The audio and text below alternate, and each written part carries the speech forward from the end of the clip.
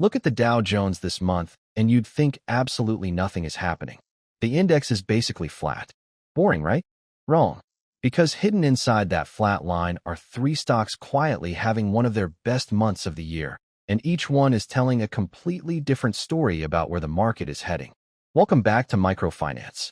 Today we're breaking down exactly why Apple, Goldman Sachs, and Chevron have broken away from the rest of the Dow in July 2026, and what it tells us about the second half of this year. The Dow Jones Industrial Average tracks 30 of the biggest companies in America, and right now, as a whole, it's barely budged this month. But 3 of its members have pulled dramatically ahead of the pack, each rising somewhere in the range of 8 to 12% in just a few weeks.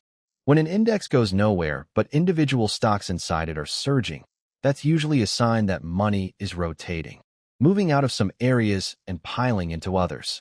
And that's exactly what appears to be happening right now. Let's start with the biggest story, Apple. Apple is leading the entire Dow this month. The stock has added more than $500 billion in market value in July alone, and it's now closing in on a $5 trillion valuation for the very first time in the company's history. On Wednesday, Apple hit its 15th intraday record of the year. Think about that, 15 new all-time highs in a single year. Apple isn't rallying alone, either. Amazon, Microsoft, and Nvidia are also higher this month, part of a broader megacap rebound that's been building since late June. But here's the twist. The technology sector as a whole is actually the weakest performing sector in the Dow this month. That tells you this rally isn't broad-based tech strength. It's extremely concentrated in a small number of giant winners. Now let's talk about Goldman Sachs, sitting in second place on the Dow's July leaderboard. Goldman broke above its own June record high following a strong earnings report, and the stock has now rallied more than 150% from the low it hit back in April, in the aftermath of the Liberation Day tariff shock. Goldman's strength isn't happening in isolation. The financial services sector is now running neck and neck with communication services for the best-performing sector of the month. JPMorgan is part of that story too, notching its first new record since June this week, right after reporting the highest quarterly profit in the history of U.S. banking.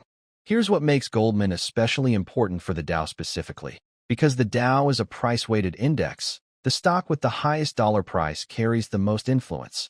And at over $1,100 a share, Goldman Sachs is by far the most expensive, and therefore the most powerful, stock in the entire index. As long as it holds above roughly 1120, that breakout stays intact. And then there's Chevron, the comeback story of the 3. Chevron actually lost just over 20% of its value over the 3 months following a peak in late March. But as crude oil and energy shares have started to recover in July, Chevron has clawed its way back from around 165 toward its 50-day moving average near 182. It actually opened Wednesday right around that level before turning lower, the third time in a row it's failed to break through that line.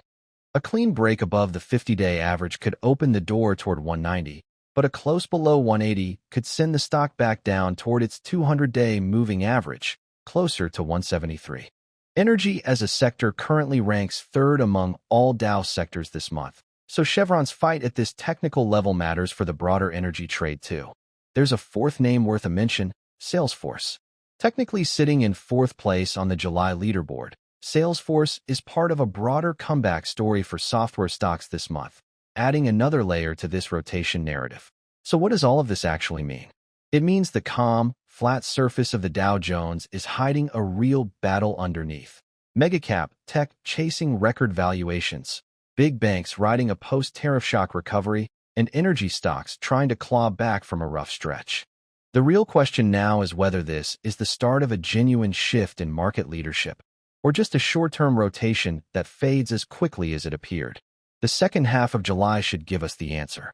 If you found this breakdown useful, hit that like button, subscribe to Microfinance for daily market breakdowns like this one, and drop a comment below. Which of these 3 stocks do you think has the most room left to run? Let me know down below, and I'll see you in the next video.